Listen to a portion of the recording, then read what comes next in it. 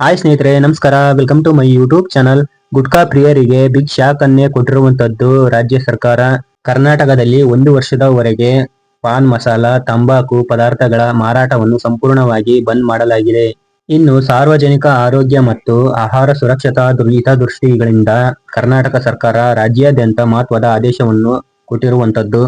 ತಂಬಾಕು ಹಾಗೂ ನಿಕೋಟಿನ್ ಹೊಂದಿರುವಂತಹ ಗುಟ್ಕಾ ಮತ್ತು ಪಾನ್ ಮಸಾಲಗಳ ಉತ್ಪನ್ನಗಳ ಮೇಲೆ 1 ವರ್ಷದವರೆಗೆ ಬ್ಯಾನ್ ಮಾಡಲಾಗಿದೆ.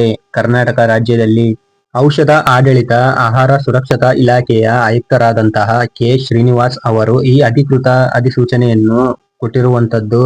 ಈ ಆದೇಶದ ಪ್ರಕಾರ ರಾಜ್ಯದಲ್ಲಿನ ತಂಬಾಕು ಅಥವಾ ನಿಕೋಟಿನ್ ಮಿಶ್ರಿತ ಯಾವುದೇ ರೀತಿಯ ಗುಟ್ಕಾ, ಪಾನ್ ಮಸಾಲಗಳನ್ನ ಉತ್ಪಾದನೆಗಳ ದಾಸ್ತಾನು, ವಿತರಣೆ, ಸಾಗಣೆ ಮತ್ತು ಮಾರಾಟವನ್ನು 1 ವರ್ಷದವರೆಗೆ ಕರ್ನಾಟಕದಲ್ಲಿ ಸಂಪೂರ್ಣವಾಗಿ ಬ್ಯಾನ್ ಮಾಡಲಾಗಿದೆ.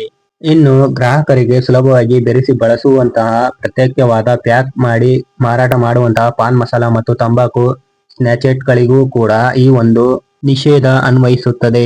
ಹೌದು, ನಿನ್ನೆ ಬಂದಂತಹ ಕರ್ನಾಟಕ ರಾಜ್ಯ ಸರ್ಕಾರದ ಕಡೆಯಿಂದ ಗುಟ್ಕಾ, ಪಾನ್ ಮಸಾಲ ಮಾರಾಟಕ್ಕೆ 1 ವರ್ಷ ಸಂಪೂರ್ಣವಾಗಿ ನಿಷೇಧಿಸಲಾಗಿದೆ.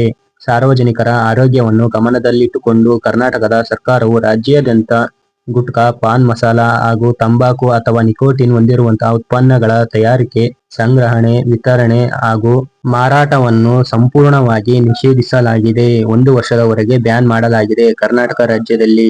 ಇದಾಗಿತ್ತು ಇವತ್ತಿನ ಅಪ್ಡೇಟ್ ನ್ಯೂಸ್. ವಿಡಿಯೋ ಇಷ್ಟ ಆದ್ರೆ ಲೈಕ್ ಮಾಡಿ. ಇನ್ನೂ ನಮ್ಮ ಚಾನಲ್ಗೆ ಯಾರು ಸಬ್ಸ್ಕ್ರೈಬ್ ಮಾಡಿಲ್ವೋ ಬೇಗ ಬೇಗ ಸಬ್ಸ್ಕ್ರೈಬ್ ಮಾಡ್ಕೊಳ್ಳಿ. ಇದೇ ತರ ಸಪೋರ್ಟ್ ಮಾಡ್ತಾ ಇರಿ.